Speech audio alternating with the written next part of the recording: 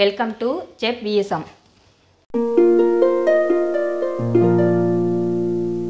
தமிழ் வருஷப்பருப்புக்காக பாசிப்பருப்பு பாயசம் எப்படி செய்யறதுன்னு இன்றைக்கி பார்க்க போகிறோம். இது வரைக்கும் நம்ம சேனலை சப்ஸ்கிரைப் பண்ணாதவங்க சப்ஸ்கிரைப் பண்ணிவிடுங்க. அப்போ தான் நம்ம போடுற வீடியோ எல்லாம் உடனே நோட்டிஃபிகேஷனில் வரும்.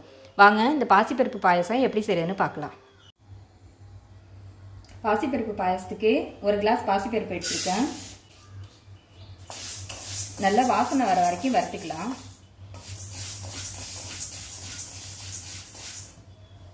லைட் கோல்டன் கலர் வரணும், அந்த அளவுக்கு வறுத்துக்கலாம். அப்போ தான் பாயசம் நல்லா வாசனையாக இருக்கும். பருப்பு இந்த அளவுக்கு வறுபட்டா போதும்.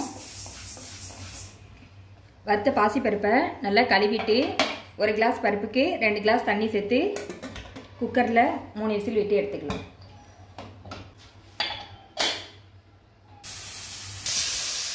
ரெண்டு கப்பு வெல்லத்தில் 2 கப்பு தண்ணி சேர்த்து கொதிக்க விட்டுருக்கேன். அதை கரைச்சிட்டு எடுத்துக்கலாம்.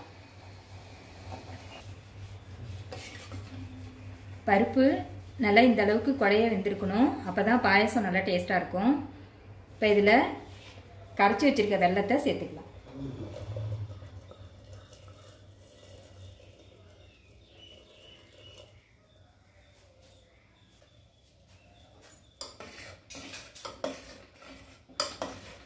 இதை நல்லா கலந்துட்டு 2 நிமிஷத்துக்கு கொதிக்க விட்டுக்கலாம். இப்போ பார்க்கும்போது தண்ணியாக தெரியும். நல்லா கொதிச்சதுன்னா உங்களுக்கு பாயசம் நல்லா திக்காக இருக்கும். இந்த பாயசம் டேஸ்ட் கொடுக்கறதுக்காக ஒரு பிஞ்ச் அளவு சால்ட்டு சேர்த்துக்கலாம். பாயசம் நல்லா கொதித்து திக்காயிடுச்சு. 1/2 கிளாஸ் அளவுக்கு காய்ச்சின பால் சேர்த்துக்கலாம். பாயசம் எந்த அளவுக்கு உங்களுக்கு தண்ணியாக தேவைப்படுதோ அந்த அளவுக்கு நீங்கள் பால் சேர்த்துக்கலாம். பால் சேர்த்ததுக்கப்புறம் ரொம்ப கொதிக்க வேணாம். இப்போ இதில் முந்திரி பருப்பு தாளிச்சிட்டு சேர்த்துக்கலாம். தாளிப்பு கரண்டியில் 2 ஸ்பூன் நெய் சேர்த்துருக்கேன். இப்போ இதில் பொடியாக கட் பண்ணி வச்சுருக்க தேங்காவை சேர்த்துக்கலாம்.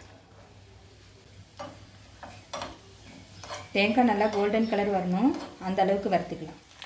தேங்காய் நல்லா வறுபட்டுட்டு அதில் முந்திரி பருப்பு சேர்த்துக்கலாம்.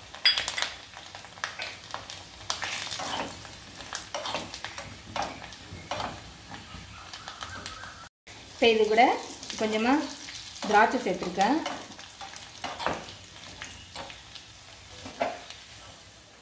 இப்போ இதை நம்ம பாயசத்தில் சேர்த்துக்கலாம்.